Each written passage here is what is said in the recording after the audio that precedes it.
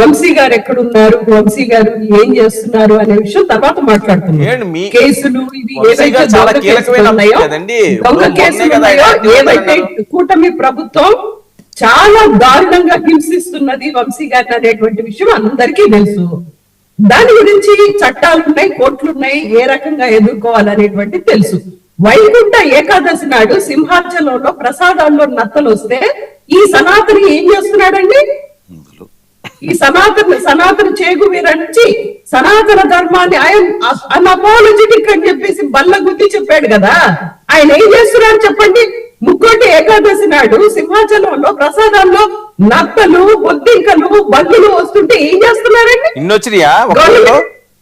నత్తలు, పీతలు సప్లై చేస్తున్నారా ప్రసాదాల్లో? ఇది సమస్యలు కాదా? ఇదేనా ధర్మరక్ష పరిరక్షణ, హిందూ మత పరిరక్షణ అంటే ఇదేనా? చెప్పండి, మేము అడుగుతున్నాం. శివలింగాన్ని ధ్వంసం చేస్తున్నది హిందూ మతానికి. ఏదైతే పూజలు చేస్తున్న దేవాలయంలో ఒక్కళ్ళు అకౌంటబిలిటీ లేదు. బయటకు వచ్చి మతం పేరు చెప్పి రాజకీయాలు చేయడానికి మాత్రం కూటమి నేతలు రెడీగా ఉంటారు. లడ్డూలో కల్తీ జరగలేదు బాబు అని సుప్రీంకోర్టు చెప్తుంటే కానీ సిట్ ఒప్పుకోదు. మా విచారణ మేము చెయ్యాలి, మా రాజకీయం మేము చెయ్యాలి రాష్ట్రంలో.